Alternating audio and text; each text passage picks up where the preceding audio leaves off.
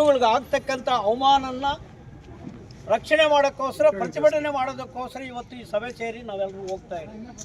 ಇದು ಯಾವುದು ರಾಜಕೀಯ ಉದ್ದೇಶ ಅಲ್ಲ. ದಯವಿಟ್ಟು ರಾಜಕೀಯ ಕ್ಷೇತ್ರವನ್ನು ಬಿಟ್ಟು ನಮ್ಮ ಹಿಂದೂಗಳಿಗೆ ಆಗ್ತಕ್ಕಂಥ ಅನ್ಯಾಯ ಎದುರಿಸ್ತಕ್ಕಂಥ ಒಂದು ಸಭೆಯನ್ನು ಮಾಡಿ ನಾವೆಲ್ಲರೂ ಕೂಡ ಇವತ್ತು ಧರ್ಮಸ್ಥಳಕ್ಕೆ ನಿಯೋಗ ಹೋಗ್ತಾ ಇದ್ದೀವಿ. ಯಾಕಂದರೆ ಧರ್ಮಸ್ಥಳ ಅನ್ನೋದಕ್ಕೆ ಅರ್ಥನೇ ಇಲ್ಲ. ಆ ಅರ್ಥನ ಕಲ್ಪಿಸ್ಕೊ ಹೋದ್ರೆ ಇವತ್ತು ನಾವೆಲ್ಲರೂ ಕೂಡ ಹಿಂದೂಗಳು ಸಭೆ ಸೇರಿ ಅಲ್ಲೋಗಿ ನಾವೆಲ್ಲರೂ ಕೂಡ ದೇವ್ರ ಪರವಾಗಿದ್ದೀರಿ, ಕ್ಷಮೆ ಕೇಳಿ ದೇವ್ರನ್ನ ನೀವು ತಿದ್ಕೊಳ್ಳೋದು ಒಳ್ಳೆಯದು ಅಂತ ನಮ್ಮ ಅಭಿಪ್ರಾಯ. ಆದರೆ ಈ ಸಭೆ ಸೇರಬೇಕಾದ್ರೆ ನಮ್ಮ ಮುನಿಶಾಮಣ್ಣವರ ನೇತೃತ್ವ ನಮ್ಮ ಹಿಂದೂಗಳಿಗೆ ಅನ್ಯಾಯ ಆಗ್ತಾಯಿದೆ.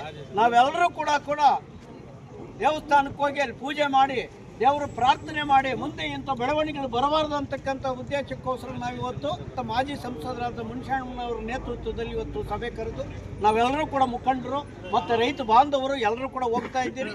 ಇದೇನು ರಾಜಕೀಯ ಉದ್ದೇಶ ಅಲ್ಲ. ದೇವರನ್ನ ರಕ್ಷಣೆ ಮಾಡೋಕ್ಕೋಸ್ಕರ ನಮ್ಮ ಹಿಂದೂ ಸಂಪ್ರದಾಯನ ಕಾಪಾಡೋಕ್ಕೋಸ್ಕರ ಇವತ್ತು ನಾವು ಎಲ್ಲರೂ ಕೂಡ ನಿಯೋಗ ಹೋಗ್ತಾ ಇದ್ದೀರಿ.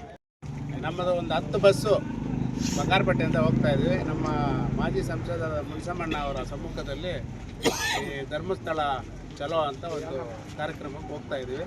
ಸುಮಾರು 1000 ಜನ ನಾವು ಇಲ್ಲಿಂದ ಹೋಗ್ತಾ ಇದ್ದೀವಿ.